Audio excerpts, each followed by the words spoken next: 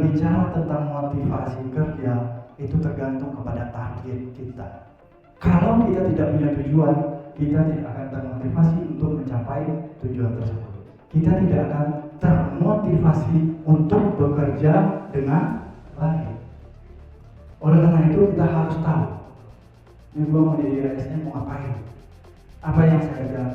Cukup sekarang pensiun kah? Kalau pensiun yang kerja cukup jalan di tempat aja, ya, tak perlu ngomong kerja, akhirnya nanti akan pensiun dengan ini.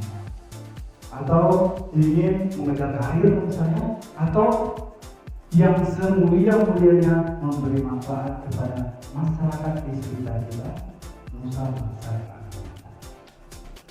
Kamu sudah berpikir seperti itu, Bapak Ibu, ini motivasi terbesar. Dorongan dari luar itu kalah. Karena kita sudah punya target sendiri.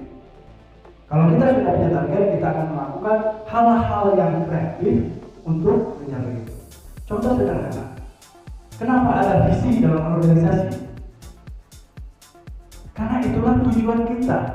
Kemudian ada misi. Misi itu cara untuk mencapai tujuan tadi.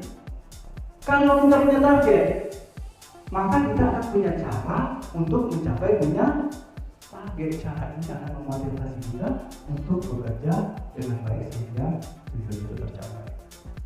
Ini jadi penting bagaimana kita berpikir kreatif sehingga ujung-ujungnya Bapak Ibu sekalian, yang terbesar bagi kita itu kita meninggalkan legacy di saat kita telah pensiun.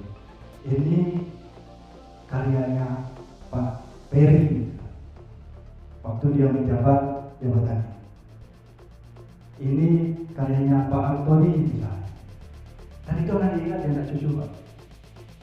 Akan diingat. Kenapa saya menulis buku? Saya bukan penulis akal, tetapi saya ingin kalau ada buku itu legacy sepanjang masa.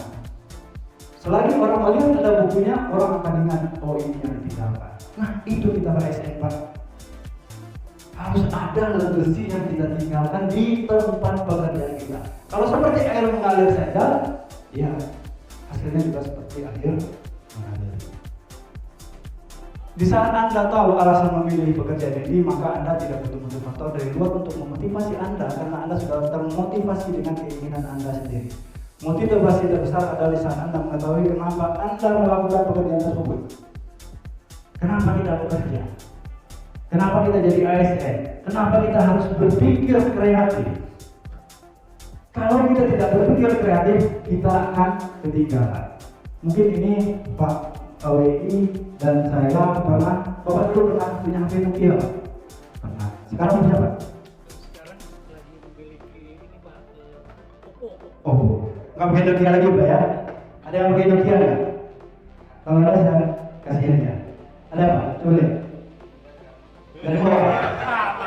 Nggak ada. Kalau ada saya kasih aja. Ada yang punya Oppo? Nokia? Nggak ada. Oke. Bapak Ibu tahu? Tahun 90-an itu, kalau kita punya HP Nokia Pak, itu sama kayak iPhone 14 Pro, 13 Pro. Itu taruhnya di meja, nggak di kantor, taruhnya di meja di sini. Supaya apa? Supaya orang lihat kita punya. Tapi faktanya, Bapak nggak punya, teman-teman juga nggak punya. Padahal apa yang ada punya oleh Nokia?